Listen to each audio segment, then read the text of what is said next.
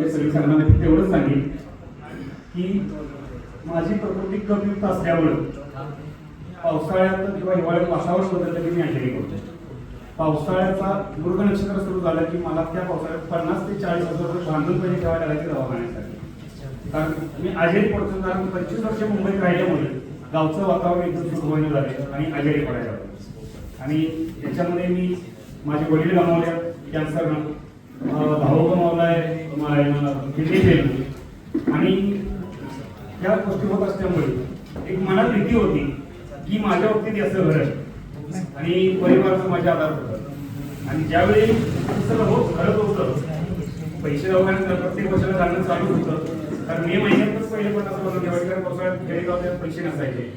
हे सगळं करत असताना जोगाय आनंद सर आणि तांबे सर भेटले आणि कोल्हापूर या म्हटले जरा काम आहे. कारण पहिले आम्ही मार्केटिंग त्याच्याबरोबर करत होतो. त्याच्यामुळं बोलवल्यामुळे आम्ही गेलो. सिनियरने बोलवले तर जाऊन गेलो, भेटून आमचे सिनियर सोबत गेलो दोघे. आणि तोपर्यंत आम्हाला काही माहिती नव्हतं नेमकं बोलवलंय कशासाठी. आणि गेल्यानंतर त्यांनी आम्हाला पाणी प्यायला दिलं.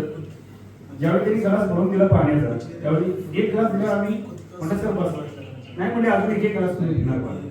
म्हटलं असं काय वेगळं पाणी प्यायला काही वाटलंच नाही.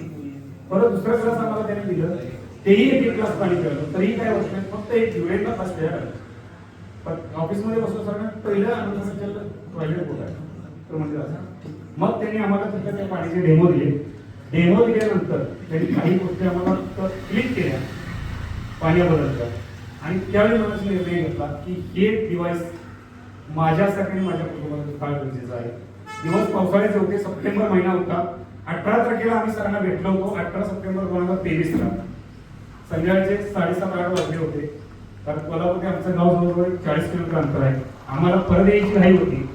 सरांनी आम्हाला ठरवलं तर जायचं, भेटायचं, मागं करायचं. पण तो डेमो बघितल्यानंतर आम्हाला तिथं 11 वाजले.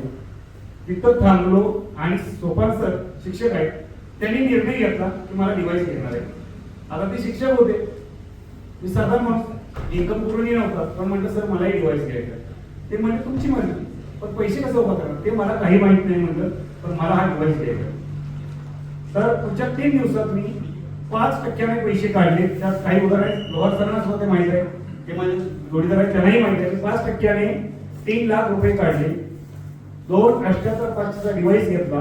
बाकीचे पैसे मी सेंटर सुरू केलं बाजारभावामध्ये. काही लोक आहेत ते सेंटरवर पाणी प्यायलेले लोक आधी आलेले आहेत. आणि डिव्हाइस घेतल्यानंतर 2023 पासून आतापर्यंत माझ्या घरामध्ये एक पित्ताची गोळी सुद्धा आलेली नाही. एवढा चांगला रिझल्ट मला किंगमध्ये मिळाला.